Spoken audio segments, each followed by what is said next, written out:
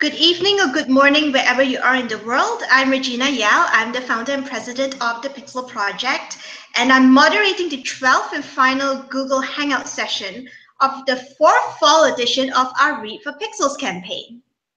Through Read for Pixels, the Pixel Project is collaborating with award-winning best-selling authors to raise awareness about violence against women and to raise funds towards the Celebrity Male Role Model Pixel Reveal campaign, which in turn aims to raise $1 million for the Pixel Project to keep their efforts to end violence against women alive and kicking.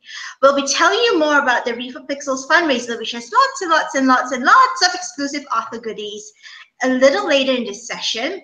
And you can find out more about violence against women and what to do to help stop it or to help a friend who's facing it if you go to www.thepixelproject.net. Now, we have a very special guest today, and I see that there's quite a few of you there already, really excited. We're having a live discussion and Q&A session with the extremely talented and amazing best-selling YA author, Kass Morgan. Now, Kass is the author of the New York Times best-selling The 100 book series, which has been adapted into the hit CW series of the same name. She attended Brown University studying English and history and later earned a master's at Oxford in 19th century literature, and she now lives in New York City. So Kass, before we start, Kass, just to let you guys know, Kass has really generously donated a 30-minute one-to-one Skype session to the stash of author goodies we have up as perks for donors at the Read for Pixels fundraising page. And we have now crossed the $4,000 milestone and are on our way to our $5,000 fundraising goal. So please, and in fact, we're at $4,690 raised. That's like something like 95% of the way there. And, you know, so give generously to help us because all funds go towards our efforts to end violence against women. And we'll tell you a little bit more about that a little later in this session.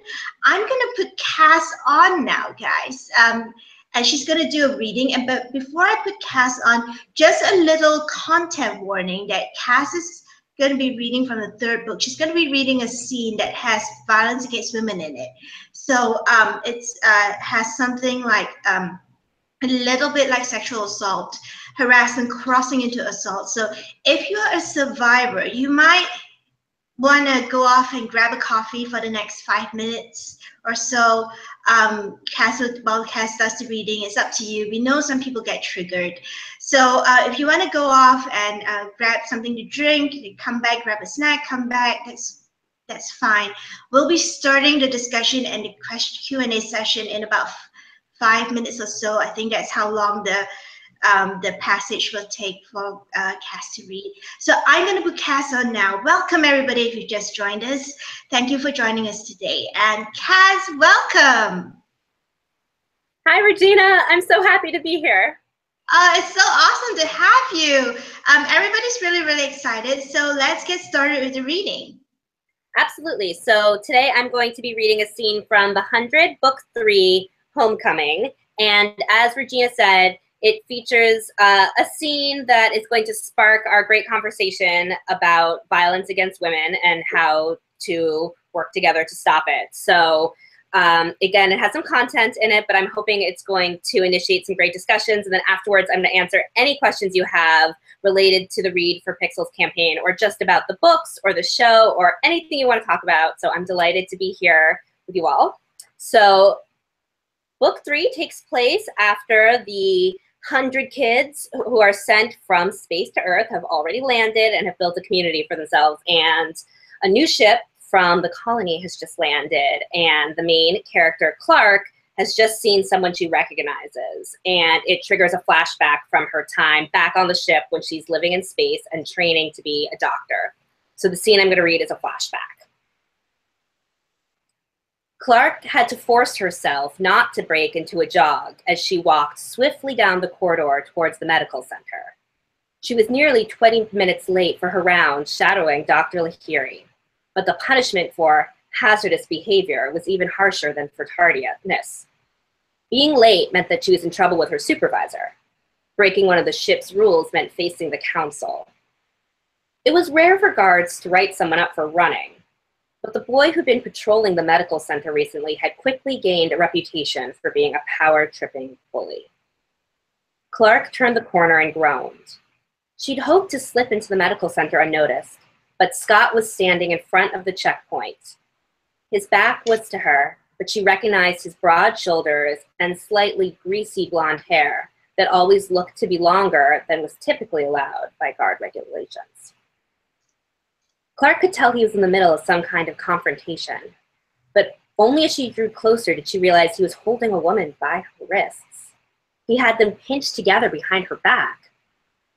She was a sanitation worker from Arcadia, and based on the loud scolding Scott was doling out for everyone to hear, she had simply forgotten her pass.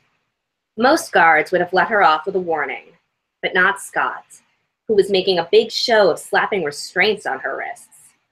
The poor woman had tears in her eyes and could barely raise her head when Clark slipped past.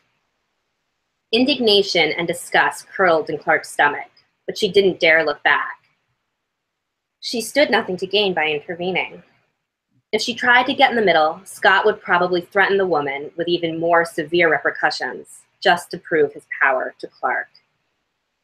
By the time Clark started seeing patients, she'd pushed the incident out of her mind. That was one of the things she loved about being a medical apprentice, the way her mind could be 100% focused on the task at hand, leaving no room to worry about anything else in her life, not about her parents, or Lily, or the terrible secret she was keeping from Wells. However, later that day, while she was busy cleaning a 5-year-old girl's cut knee, there was no avoiding Scott when he strode unannounced into Clark's exam room.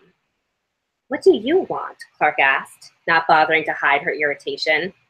It was one thing for him to strut down the halls like he was the chancellor of the corridors. It was another for him to barge into her exam room when she was with a patient.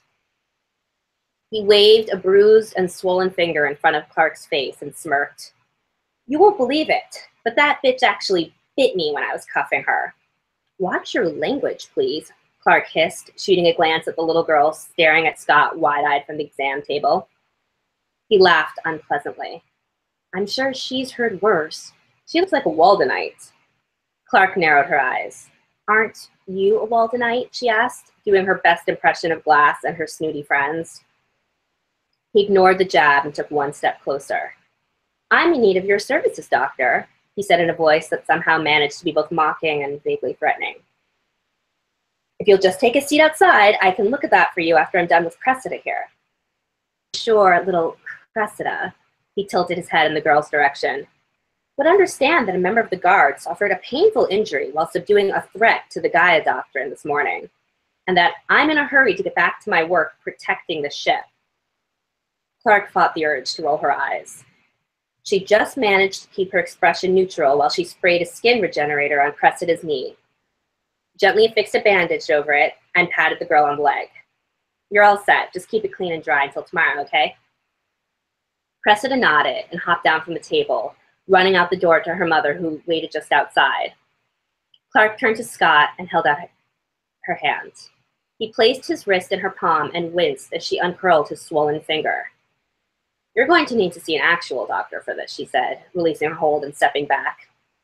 He raised his eyebrows and gave her a humorless smile. "Who? That old guy you follow around all day? No, thank you." "Dr. Lahiri is the most respected doctor on the ship."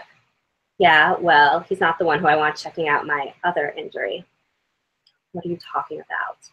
"That piece of Arcadian trash also tried to kick me. I knocked her down, but she managed to knee me in a rather sensitive area, if you know what I mean." Clark sighed. "Is there bruising?" "I haven't had time to look," Scott said with a smirk. "Don't you want to do the honors?" He reached for his belt buckle as he stepped toward Clark. "I should call a nurse," Clark said, moving towards the intercom. "Now, just hold on a second." Scott grabbed Clark's arm with his good hand and pulled her back. "I don't need a nurse. I just need you to do your job, doctor." Before he could utter another word, the door behind him banged open and Wells strode in, looking even taller than usual in his officer's uniform. Scott snapped to attention, his gaze locking on the floor. Clark couldn't help but smile at Wells over Scott's shoulder. I'm sure you're not preventing this medical apprentice from getting her work done, are you? Wells asked, his voice stern but his eyes playful. No, sir, Scott said stiffly. Glad to hear it, guard. Carry on with your rounds. Yes, sir. Clark stifled a grin until the door clicked shut behind Scott, then stepped over to Wells and wrapped her arms around him. Thank you, Officer Jaha. You're welcome, medical apprentice Griffin. And that's the end of the flashback from the 100 Homecoming. Thank you so much, Kass. Now, I'm just going to do a little public service announcement. Guys, thank you and welcome, everybody, if you just joined us. If you just joined us, please, I'll just let you know how this works. Leave your questions in the live chat box. You have to sign in to YouTube to leave your questions there. And your moderator today is Anusha, and she will be relaying your questions to me, and I will be asking them. I'll be reading them out to Kass in between the discussion sessions. And hello, everybody from England, Russia, Israel, Germany, US, and the Philippines. Oh my God! Oh my God! That's like one. That's awesome. That's like three. Is it three? Yeah, 3 continents. Wow, that is so cool. Thank you, guys. Yeah, and everybody in Germany, at least Germany, it's like in the middle of the night for them. No, I feel guilty, but I'm so glad you're all here. Yeah, so let's get started with the discussion. And guys, please do leave your questions there and we'll get to them soon. So the 100 series includes female protagonists like Clark and Octavia, who are complex characters with agency and who are very human and flawed. So who or what are your inspirations for your female characters? Oh, that's a great question. I guess I've always read books with strong female characters before I was even thinking about that. And I guess I've been exposed through my reading to really different types of strength. One of my favorite books is Anne of Green Gables, which is not a book you necessarily think of as featuring a strong female heroine. It takes place in 19th century Canada. Most of the action of the book takes place on a farm. But the main character, Anne, she has really firm beliefs and a sense of right and wrong and a really vivid imagination that she won't let anyone squelch despite their best efforts. So I guess I grew up reading books like that, like Matilda, where girls who didn't quite fit in found the strength to live their lives as who they were and realize that there was power in not conforming. And I guess that translated into some very different characters who are fighting for the survival of the human race in space and on Earth. Yeah, and Anne of Green Gables, she is kind of a little like the prototype of the forerunner of many of the YA heroines today. Anyway, Absolutely. Yeah, and Marilla, oh my goodness, Marilla. All right. Tough. Marilla is so tough, especially after Matthew passed away, and she and Anne both had to cope with him, run the farm, and they are really the prototypes of some of the characters that we see today. And there is actually there are viewers from Canada too. I just got this in. Oh. Yay! Okay, so going back to the discussion, so like any other genre, YA has its share of female stereotypes and tropes. So how do you break stereotypes in YA to create female characters with agency and who are empowered in dealing with the world around them, including situations that involve sexism, misogyny, and violence against women? Yeah, I guess it's just thinking about trying to balance what you think serves the story versus what sends a message, but also what's realistic. So in the scene I just read, Clark doesn't necessarily do what she might have done if she had had more presence of mind to stand up to this guy. But, the power dynamic is off. She's alone. And I think since it is in a flashback, it shows her in a really different stage of her life. The present action takes place when Clark has already been sent to Earth and she has fought in battles and she's the de facto leader of this group. So I think she would handle the situation differently now. But yeah, it's just a combination of thinking about what would someone do in this situation who doesn't feel like they have people watching and they're going to sort of listen to their instincts, and it doesn't always lead us down the right path. Yeah, and you know what is really resonant about the scene that you just read is it is very typical. You know, they catch us off guard, and you're kind of like, what do I do now? And it is so typical. That's why whenever you send it to me to have a look, and I'm like, yeah, you got to read this, because so many women and girls, teenage girls, grown women, they've all had this at one point or another during in their workplace. It is so people don't talk about it, but it's so unbelievably typical, and they don't always have the lucky someone intervening, running interference. So yeah, it's horrible, and there's no, sometimes no matter how much you prepare for it, it just catches you off guard by surprise. So Yeah. yeah. And speaking about Clark, Clark in particular can be seen as abrasive and take charge. And to many people, a female protagonist should adhere to feminine stereotypes and expectations, no matter how quote unquote strong they're supposed to be. Do you get any flack for not portraying Clark or any of the other female characters as unwaveringly feminine, good, and uplifting? No, I haven't. And I think it's like you said, there's been a lot of great work in the YA space portraying really strong female characters. So I've never gotten any pushback. I guess what my challenge has been as a writer is, just like you were saying, is to show that nuance and not sort of recognize that not everyone is going to lead people into battle. Not everyone is going to figure out how to save the day, that there are different forms of strength. And something I struggled with when I was writing book one was figuring out how to make every character strong in their own way. So there's a character named Glass who doesn't go to Earth in the first book, and she's not like Clark or Bellamy or Wells trying to figure out how to reestablish the human species on Earth. She just wants to stay with her boyfriend. And at first I thought it'd be really tricky to make readers as invested in her story as it is the others. But the more time I spent with her and the more I thought about it, I realized she's strong. She's made a decision about what's important to her and something she's willing to fight for. And it really gave me an appreciation for the way strength can manifest in different people at different times in their lives. Yeah. And you do have a number of scenes featuring violence against women in the 100 series, ranging from the scene that you just read to the Gaia Doctrine, which brutally enforces population control with women with unauthorized pregnancies brutalized. Did you deliberately include these scenes and elements in the story, or did they organically develop as part of the story in the story world? I guess the premise came first, and then sort of the world building details came out of it. So the idea is that Earth has been rendered uninhabitable by nuclear war, and the survivors have gone up and formed this colony in space where all that matters is keeping the species alive long enough to return to Earth. And so they are going to take some very, very stringent measures, whether or not they're correct or misguided.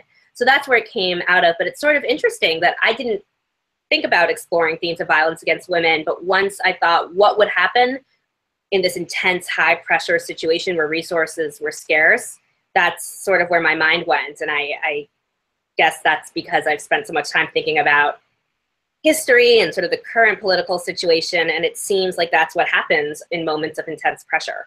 Yeah. Okay, so let's go to some of the fan questions, and they are pouring in. Okay, so question one is from P Borough 89. P Borough asks, will there be a 5th book coming out? I would love to write a 5th book. I have lots of ideas, but right now I am focused on my new series called Light Years. So I don't have any current plans to write book 5 of the 100, but I would never say never, and it's definitely a possibility, and you guys will be the very first to know. Okay. So just question 2, Jessica asks, what's Octavia's sexuality?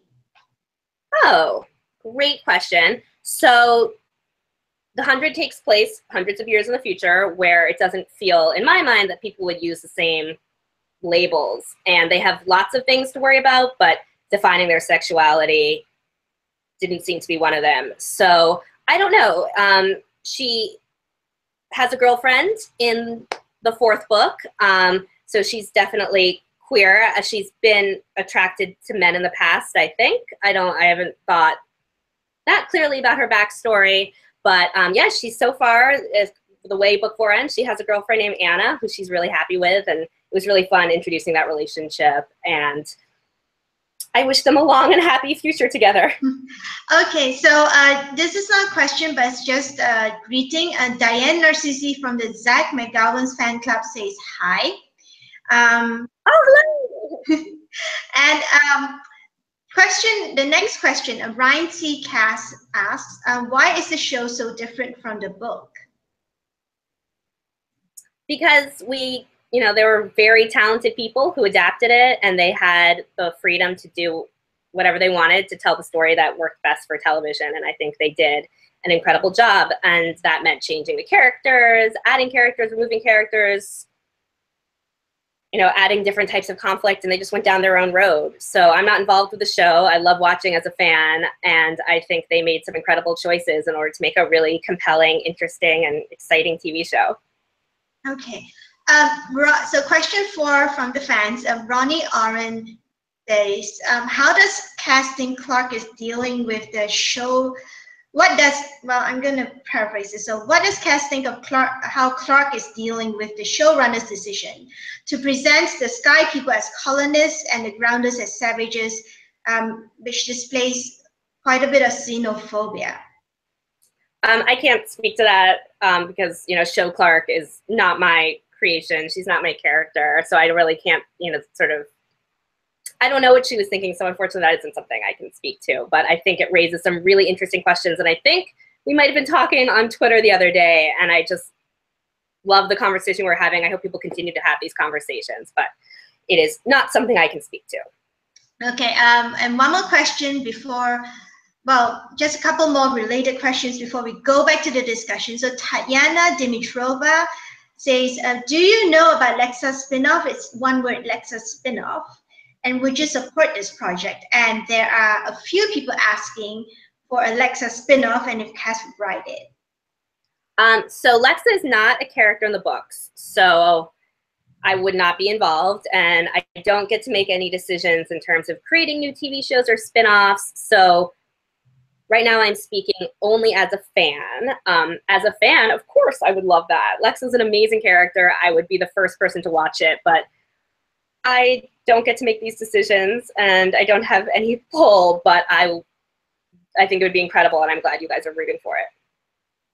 The next couple of questions are also on Lexa, but we'll get back to it after this next class of discussion. So let's go back to the discussion. So the post-apocalyptic dystopian world of the 100 seems extremely patriarchal, with men still in charge, and many of the male characters like Bellamy, Wells, and Graham in the first book, for example, butting heads to become the leader of their peers. So is this a deliberate move on your part to examine toxic masculinity and the violence, pain, and havoc it brings, including violence against women in dystopian fantasy? I don't know how deliberate it is.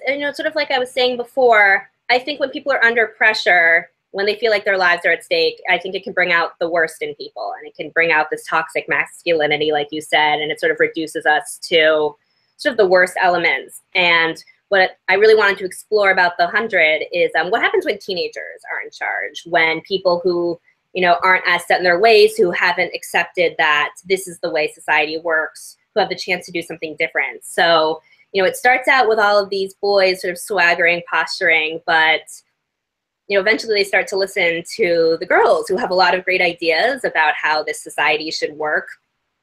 And eventually they get to the point where, I don't think the society they form is patriarchal. So that is definitely something I did on purpose, and something I'm really interested in discussing. But I know other people might have different interpretations, and I'm really interested in hearing what people have to say about that.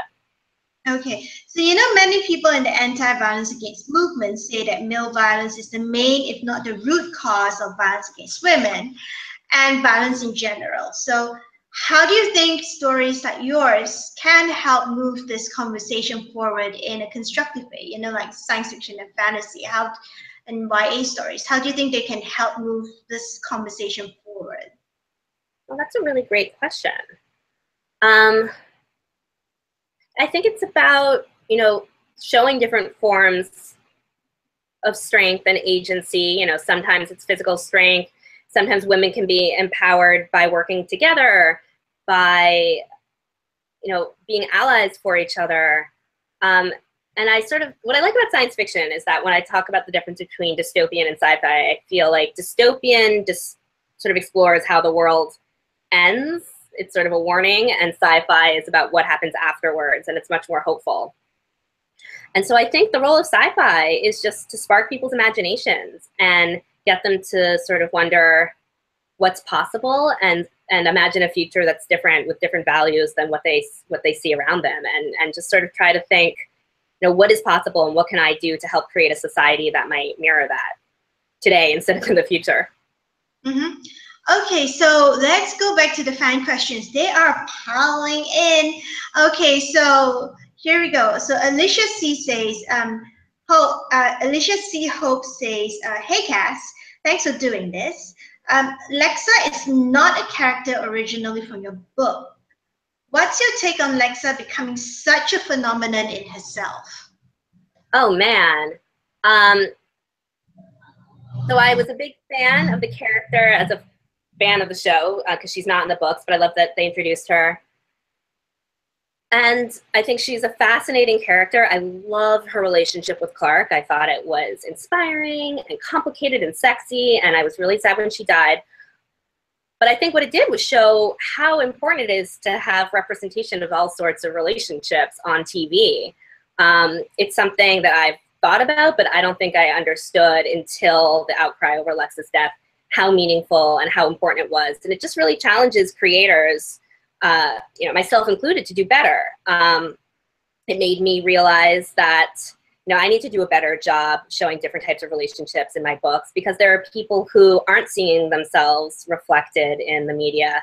And so I'm just really grateful for all the people who said how important it is to them and talked about how much they love Lexa, how much her death affected them. So I'm very grateful that I got to be not necessarily a part of this conversation because it was about the show, but that I got to watch it unfold and think about how to become, you know, a better artist because of it.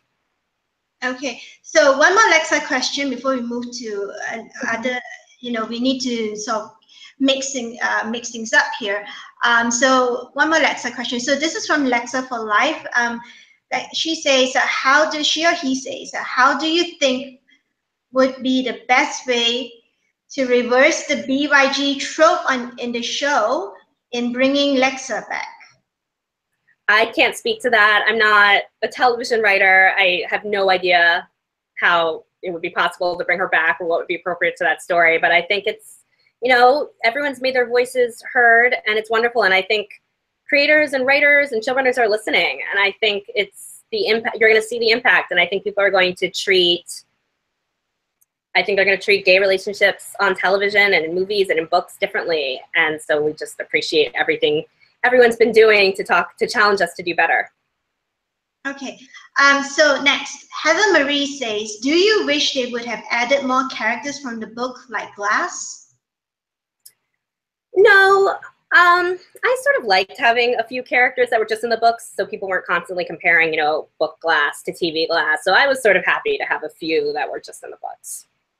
Okay, next, Assassin Snake says, would you like to see a video game company adapt the 100?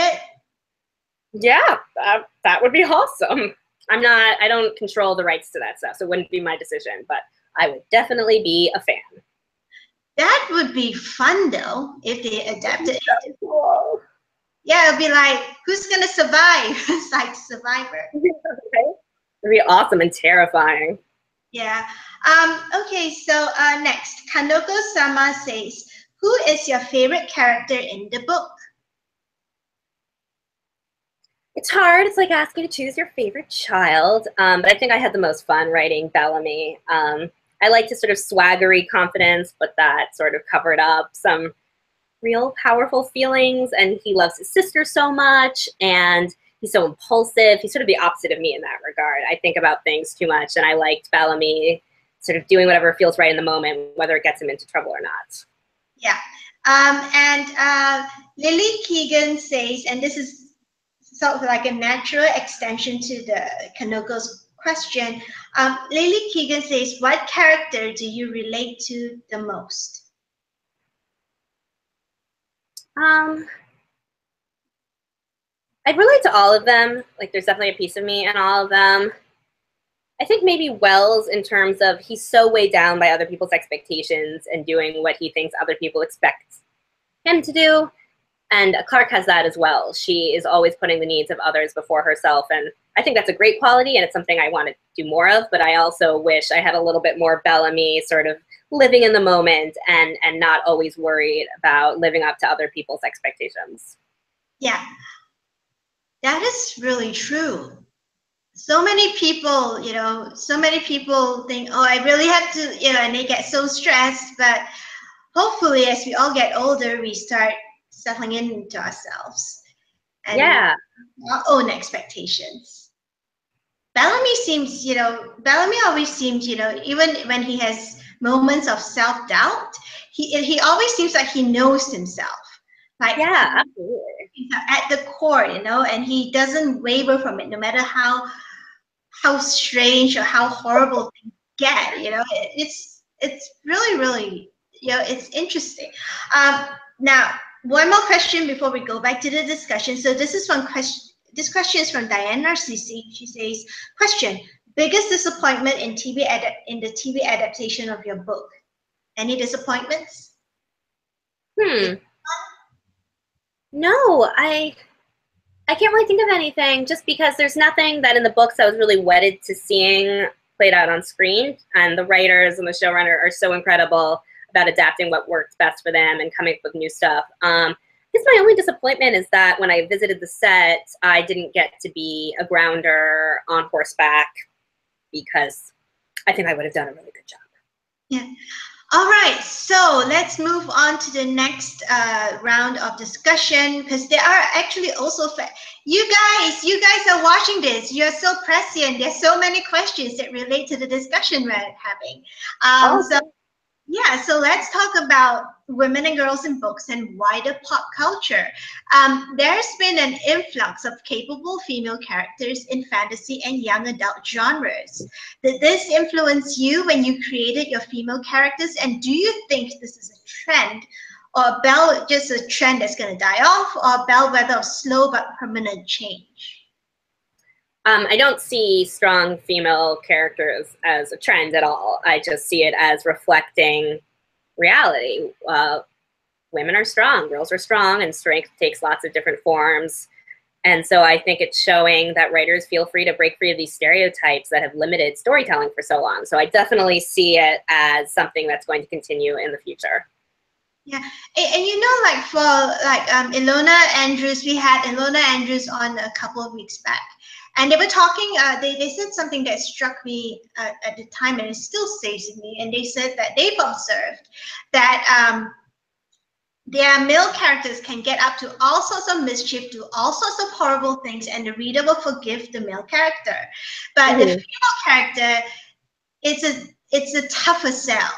It's is it true? Do you find this in your experience? Do you find this to be true as well? I haven't found it in my experience as a writer. I've never had any pushback from anyone saying the characters were unlikable, which is weird because sometimes they do pretty terrible things. But I've definitely seen it in pop culture, especially in literature. They're always, like Gone Girl.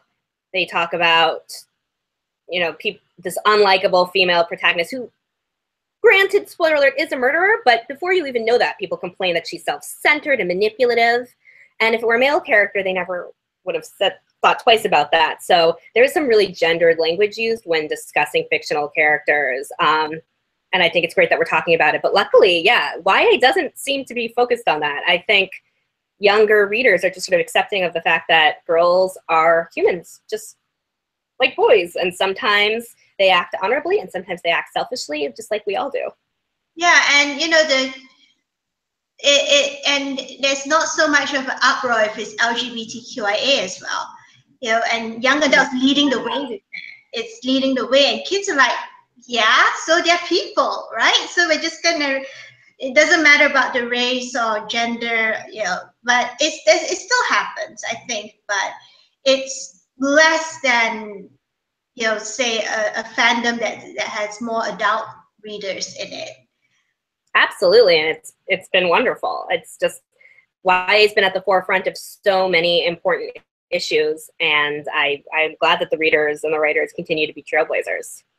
Yeah, so you know, geek culture in general, including science fiction and fantasy, has had its share of critics saying that it's still too male-dominated despite a rising number of prominent, well-respected, and well-known female authors and creators. So what do you think needs to be done to make geek culture as a whole, whether it's comics or gaming or books or even conventions, more welcoming for women and girls? Oh God, that's a great question. I'm certainly not an expert in that, so I don't know if I'm the right person to speak, but I think it's just the thing that sort of irks me, and I know a lot of my friends, is that when girls express interest in comic books or sci-fi, they're told that they are just doing it to be attractive to men, which is so deeply insulting. And I think one of the steps is to sort of acknowledge that this isn't performative, this isn't manipulative. This is people who are connecting with stories and characters, and that it's the most sincere, earnest thing in the world. So that is something I'd like to see change. But in terms of all the things you said, in terms of having more female writers and directors and comic book artists and running conventions, you're absolutely right. I don't know if I'm the person to talk about how to affect that change, but I am cheering everyone on. Yeah, it's you know, it's the whole thing about fake geek girls. I mean, what's so fake about liking, I don't know, I mean, I was always a geek. I was encouraged to read Lord of the Rings, and I read Anne Rice's books and comic books and stuff. And that's not fake. I mean, why? And if you flip the tables on the guys who be calling the girls that, the women that, you know, they'd be like outraged. How dare you call me a fake geek? Yeah. That's no. Guys, if you're listening to this, we are not fake geeks. We actually do like Lord of the Rings. We actually do like the 100. We actually do like Nightwing. We actually do like Marvel stuff. Yeah. So, okay. So let's segue into the next batch of fan questions. It's awesome. First one is actually related to this. I'm talking about conventions. Hi, Phoebe. Phoebe, here's your question. I'm going to read out to Kass. Phoebe says, hello, I have a question about Supernova Adelaide. It says, oh, cool. Yeah, she says, it says not available for photos and signings, pricing, and signings and pricing. Does that mean we can't get photos with you at a con? No, I don't know anything about that. No one told me that, so I will email them and let them know that I am happy to take photos. It might be for some other reason. It might be because of timing or security. I don't know, but that's not because of me. So I will do the best I can, and I hope you're going to be there, Phoebe. I look forward to meeting you. Okay. Alicia C. Hope has another question. She says, many of the viewers feel the writing of the TV show seems to slant towards troubling tropes like misogyny, with female characters suffering disproportionately, and to colonialism. Is this not a good rep? What's your take? Again, I'm so glad that people are raising these concerns, and I want people to be having these discussions, but I can't comment on the motives or the success of the show just because I'm not part of that. But you know, it's a complicated story, and I think they're really ambitious in the themes they're taking on. And you know, just like anything, there are things people are going to get right, there are things people are going to get wrong, but I think it's so important for people to call out issues that they find problematic, and I'm glad these conversations are happening, and I'm glad people are challenging creators to just do better work all around across all media.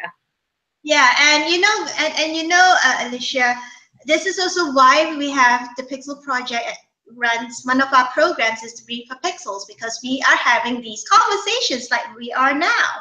And, you know, it is a good thing because it teaches you and it prompts you, not so much teaches you, but prompts you to think about all this. Well, you've already thought about it. Hopefully other people out there will watch this and start thinking about it instead of just watching it without questioning things. Yeah, and I want to encourage people to tell their own stories. There are stories that obviously there are certain people who are better equipped to tell than others. So if you feel like you're not seeing the romance you want told in the way that's meaningful to you, or depictions of colonialism, or I want people to feel empowered to tell their own stories, and there's an audience for that, and now's definitely the moment. So encourage people to do better, and also know that you might be the person to do better, and I look forward to seeing what everyone creates.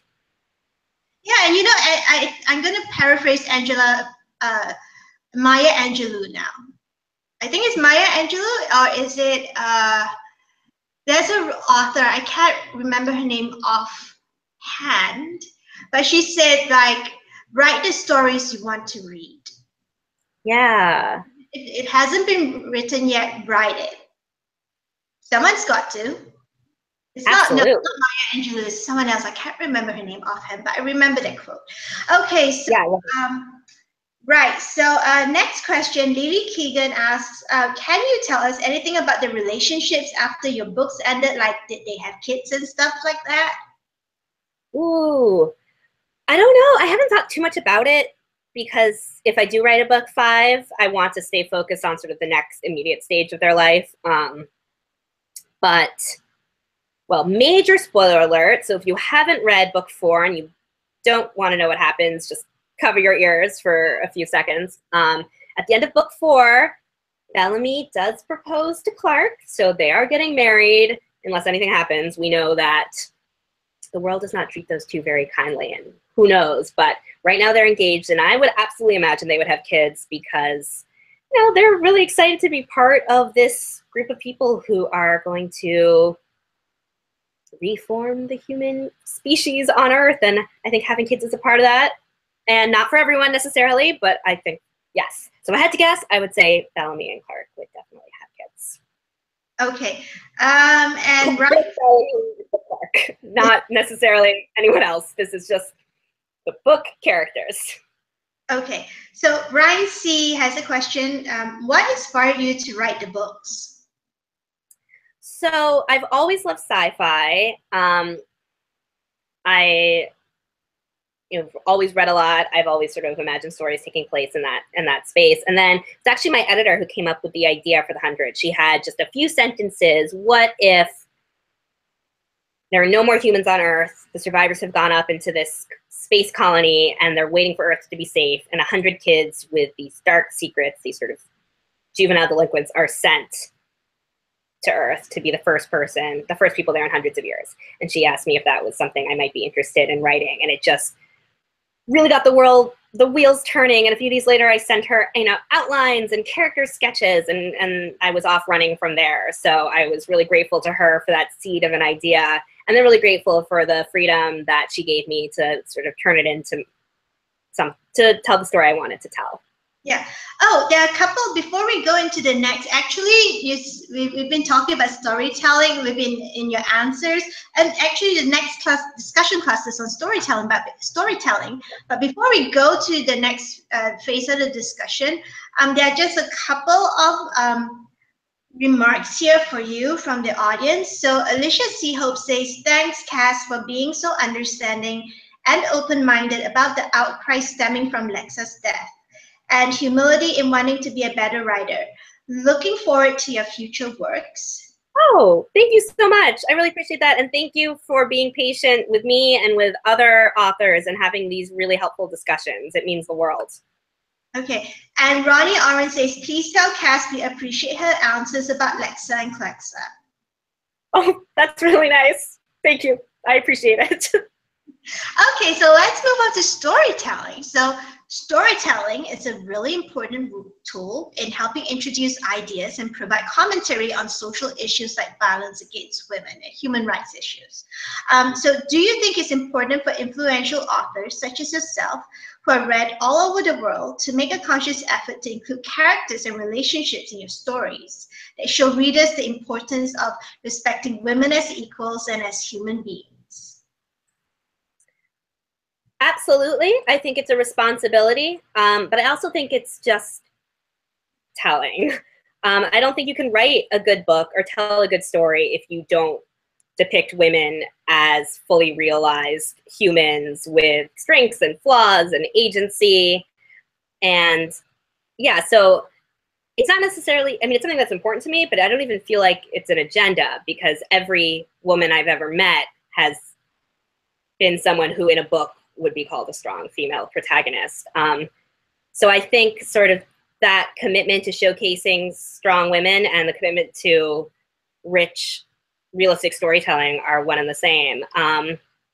Yeah, so I hope that answers your question. Yeah.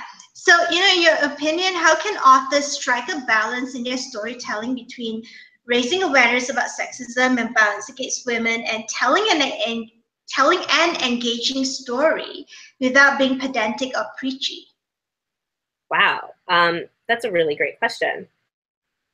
I guess part of it, it's recognizing that the statistics are staggering in terms of violence against women. And unfortunately, I mean, Regina, you could probably speak better to this than I can, but how many women will be the victims of sexual assault? So if you are 1 in 5. Right? 1 in 5. 1 in 5. Right. One in 5 women and girls worldwide will be subject to rape, sexual assault, or attempted rape in their lifetime. That's 20%, and that's probably a low ball estimate. And that's horrifying. And then when you think about, writers, if you have 5 female characters, statistically, one would have this in their past or during the course of the story. So I think unfortunately it is realistic, but I also think it's really helpful and to have characters talking about it and to make it something that's, certainly not shameful and something that we can talk about and be allies for one another. And yeah, I think the more it's out in the open, I think the better equipped we are to move forward and address it. Yeah. And how do you think authors can tackle the issue in stories without falling back on harmful stereotypes and tropes? Because there's been ongoing discussion about using the rape trope in a lazy way, just to forward man pain, as Chuck Wendig calls it, man pain, or fridging women in stories to advance the male characters' development. So, I mean, what do you think authors can do to avoid falling back on these harmful stereotypes and tropes? I think it's listening to readers and reading widely and listening to these conversations. It's something that I wasn't necessarily aware of when I started writing, and it's something I'm much more aware of now. And I would probably do some things differently because of it. So yeah, the best advice I can give a writer is listen. And when people say that something is hurtful or problematic, don't get defensive. Even though that's really easy and it's something we're all guilty of, but just listen and try to figure out what people are reacting to and think about how you can do better. But really, I think great writing is never going to show stereotypical characters. It's never going to play into stereotypes because that's boring. People are more complicated than that. So I think it's a combination of craft and listening and realizing that really important discussions are happening all the time. Yeah, and how do you find a balance between showing violence as an integral part of the story, because the 100 is all about dystopian world, there's quite a bit of violence in it, while giving the reader a realistic depiction of such violence and not showing the violence gratuitously? Well, it's like you said, I try not to make it, about a male character's growth or redemption. Because I know that's something that is bad storytelling and it's really hurtful and plays into really harmful stereotypes. Other than that, I think it's just once you start treating female characters like real people, you're going to be engaging with these issues in a much more sensitive, thoughtful way. No female characters in my book, in my opinion, are accessories. They all have their own stories and their own emotional arcs and go on their own journeys. And I think once you have characters who are that fully realized, anything that happens to them, anything they go through, it's going to be treated realistically and isn't going to feel like it's sort of a throwaway plot device, I hope. Okay, so let's go back to fan questions. And there's a whole bunch about Bellard. So I guess it's Bellamy. Oh. Yeah. So Jessica Jessie CA, Jessica says, how do you view the Bellark wedding? Oh my God. Oh, what a great question. Let's see. So how would I picture Bellamy and Clark's wedding if that were depicted in a later book or just in our imaginations? Well, it would probably be outside because there aren't a lot of buildings on Earth right now in the books. And I'm picturing twilight, maybe some lanterns. Let's see. I don't know if they would have a cake because I don't think they've started grounding flour yet. But yeah, I'm seeing something sort of like rustic. It would look really good on Pinterest. Yeah. Oh, that's cool. Grounded Source asks, did you think the show had done a good job casting Bellamy, Clark, and the other characters? Oh my God, I think they did a superb job. When I saw the pilot, I was blown away. I couldn't believe they got these unbelievable actors to play characters I created. They encompassed everything that I tried to portray on the page, but added extra dimension and richness and complexity. So I was staggered and delighted. Did they look like the characters look in your head? I'm curious. I mean, you must have some sort of visual image of them in your head while you're writing, right? So did they look like? I don't know. I sort of pull back from character descriptions. It's definitely not a strength I have, but I also, because I know as a reader, I like to imagine the characters the way I want to, and I want the readers to have that freedom as well. But Octavia, the Marie, the actress who plays Octavia, that was pretty much plucked out of my head, and it was creepy. I'm like, who hacked into my brain to get that description? Because I don't even think it was that specific in the book. So that was really cool, and the rest of them just captured the spirit so well. Okay, wow, that's interesting. That they plucked Octavia from your brain. Who did that? That's like magic or slightly creepy. Yeah, it's so creepy, but like the best kind of creepy. Yay. Okay. Let's see. So Lavisa asked, the separation of Bellark for 6 years. Is it cruel to the fans of this pair? Is it cruel to the fans? I mean, I can see how it'd be really upsetting. I don't believe that the writers have a moral obligation to necessarily give fans what they want. I think their obligation is to tell the best story. So I think that's what they felt was right for them. I understand why people are upset, but I don't think there's anything intrinsically wrong with putting characters through the ringer for the sake of a compelling, exciting story. I mean, story is conflict. So any character you love is going to suffer in a great story. Yeah, and you know, Murdoch 1993 just has a message for you. He or she says, Cass, thank you so much for the creation of Bellamy and Clark. They mean so much to so many of us. Oh my goodness. Thank you for loving them. It's the most incredible honor for a writer to see people embrace their characters and for people to love them. So it's the dream come true, and I'm so honored by how much you guys have embraced them. Yeah. Okay, here's a fun question. From Ryan C. Question. What do you think of Stephen King? Ooh, I love Stephen King as a writer. I think he's a genius. And I also have really been loving his social media presence. He's so outspoken about his political beliefs. And I think he's become like an incredibly important figure right now in these discussions. So I am a huge Stephen King fan. Have you gone to see it?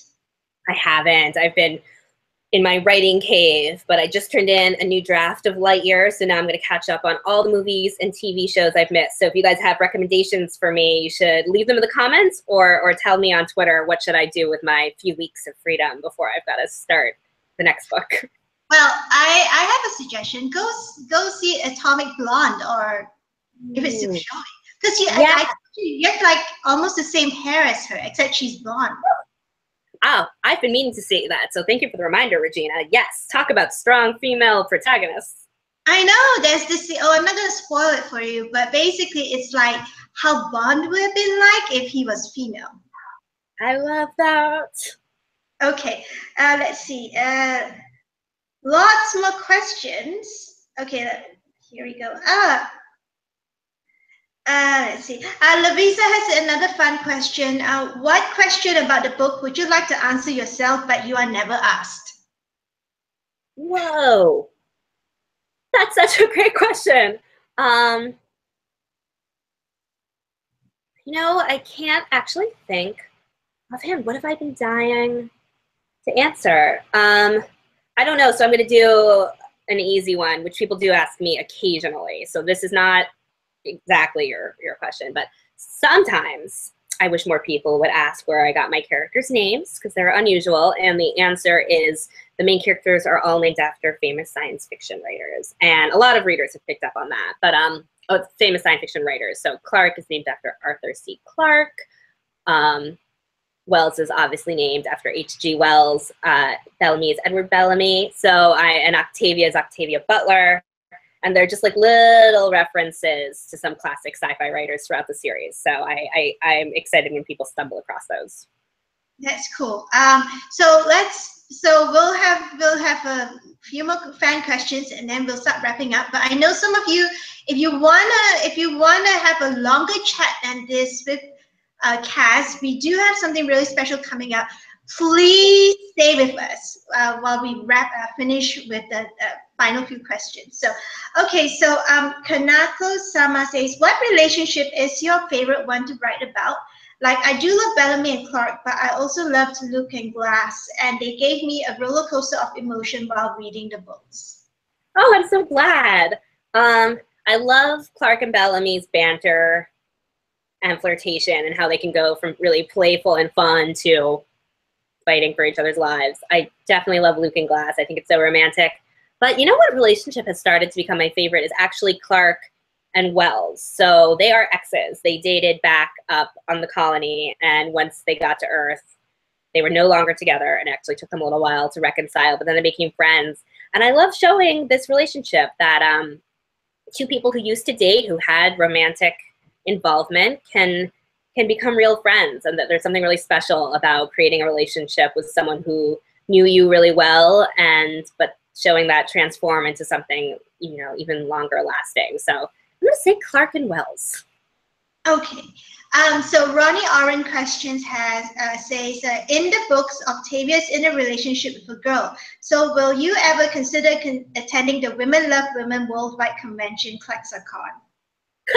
I would love to. I don't know when it is or where it is, but if they, you know, wanted to have me there, it would be an honor to be there. And, you know, I think Clark and Lexa sparked such important conversations about representation on TV, and it started a movement, and it's really humbling to watch, and I think it's caused, you know, effective real change. And you know, I wasn't a part of that, I was just watching that, but I'm really proud of the community for taking a stand and saying what's important and creating conventions, and it's really cool. So thank you for doing what you're doing. You're going to change the way people tell stories, and it's going to have a real effect on people's lives. Okay. Lexa for Life says, you have your own vision of what you write. How much does what other people think or feel affect your writing? That's a really great question. So I think for a long time, the sort of dominant advice for writers was that don't listen to critics, don't let them get into your head, because it's going to throw you for a loop and you're never going to stay true to your own vision. And I think some of that's true in terms of craft stuff. If you have your own style, you shouldn't listen to what other people say because not every style works for everyone. But in terms of things like, you know, representation of sexuality and race and disability and all these things that have been overlooked for so long, I think writers should absolutely listen to their critics. If you try something, you get it wrong, you should listen to people telling you that you could do better. If people are telling you you don't have enough diversity in your books, I think shutting out those voices is really dangerous, and your work is going to suffer for it. So I think, yeah, I think there are times to do your own thing, and there are times to really take a step back and listen to what people are telling you. Okay, so Murdoch 1993 says, has Jason given you a kind of broad description of where the show is going at and how he might end it? Don't think I've forgotten about you saying you were digging the slow burn after 216 aired. I love, never forget. No, I do not know what's going to happen. And no one believes me. My mom doesn't believe me. My mom gets really angry when she calls me at the end of an episode to ask me what's happening next. And I tell her I don't know. Because no one tells me, and she thinks I'm lying to her. So I'm not lying to you guys. I'm not lying to my mother. I don't know what's going to happen, but I'm excited to find out. Okay, and Kanoko-sama has a really fun question. In a modern alternate universe, what do you think will be Bellamy and Clark's occupation? Whoa, okay. No one has ever asked me that. What a great question. So I'm going to take the easy way out. Clark's a doctor, but Bellamy. Okay, well, let's think. He's really smart. He's got a little bit of a temper. I don't know. Maybe he'd make like a really good trial lawyer, you know?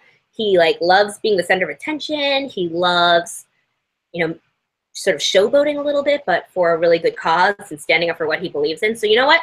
All right. I'm going to say that Bellamy is going to be a public defender. That's actually really cool. He'd have to finish school first, but I think he has it in him. Yeah. Okay, so, you know, you have been so very incredibly supportive of our Read for Pixels campaign and our anti-violence against work as a whole. So why do you support the cause to end violence against women, one? And two, in your opinion, how can authors like yourself best support efforts to kick off social change to end violence against women? That's a great question, and I'm honored to be able to contribute in this small way, because I'm not an expert, but it's something that's really important to me, and I'm grateful to be part of this, and that so many of you tuned in and asked great questions and are drawing awareness to this really important issue. Why is it important to me? Just because of that unbelievably nightmarish statistic about 1 in 5 women being the victim of violence and sexual assault in their lifetime. Actually, if you add in all forms of violence against women, so that means domestic violence, rape, sexual assault, female genital mutilation, forced marriage, child marriage, everything, it's 1 in 3. Oh my God, yeah. So I think there's a limit to what we can achieve as a species until we end that. You know, I have friends who are survivors, so I know, you know, how this issue has touched them. And, you know, we know that society functions best when women are equal players, and as long as there's violence against women, it keeps women from achieving and contributing and doing everything that they do to enrich and empower and to help us evolve. So I think it's essential, and so that's why it's important to me. And in terms of what authors can do, I think stuff like this, having great discussions with really fierce advocates and really intelligent people who are working to end violence against women like Regina, and just like you were saying, just having important discussions and featuring it responsibly in our books, and I'm glad these discussions are happening. Yeah, so I'm gonna stick myself on the screen for a little while, because we promised to tell everybody where to go get that Skype chat. So yeah, chat with me. Okay, so I'm back on screen. Hi guys, thank you so much for staying with us through all this and asking your questions. So, you know, as mentioned earlier, Kass has generously donated a 30-minute one-to-one Skype session to the stash of author goodies we have as perks for donors at the Read for Pixels fundraising page. Okay, so I'm gonna share this little slide. Kass, tell me if you can see it. Yes. Okay, so guys, before you go, take this down if you want to chat more with Kass. You can donate. You need to make a donation in order to get it, and the first one who makes the donation request attached to it will get it, and we'll link you out with Kass, and off you go with your Skype chat. So you go to is.gd/R4P Rally Out 2017. Now this is case sensitive, so please take it down carefully. Otherwise, it won't send you to the page. You'll end up with, you know, this page doesn't exist, but it's case sensitive. So capital R for the number 4, capital P, capital R, L, capital U, and then 2017. And you can find out more about Read for Pixels at is.gd/R4P read for pixels. So you can, we've had about 80 authors so far supporting this cause, and you can see a whole bunch of their videos and stuff, or you can after this you can go to our main YouTube page and see the playlist there.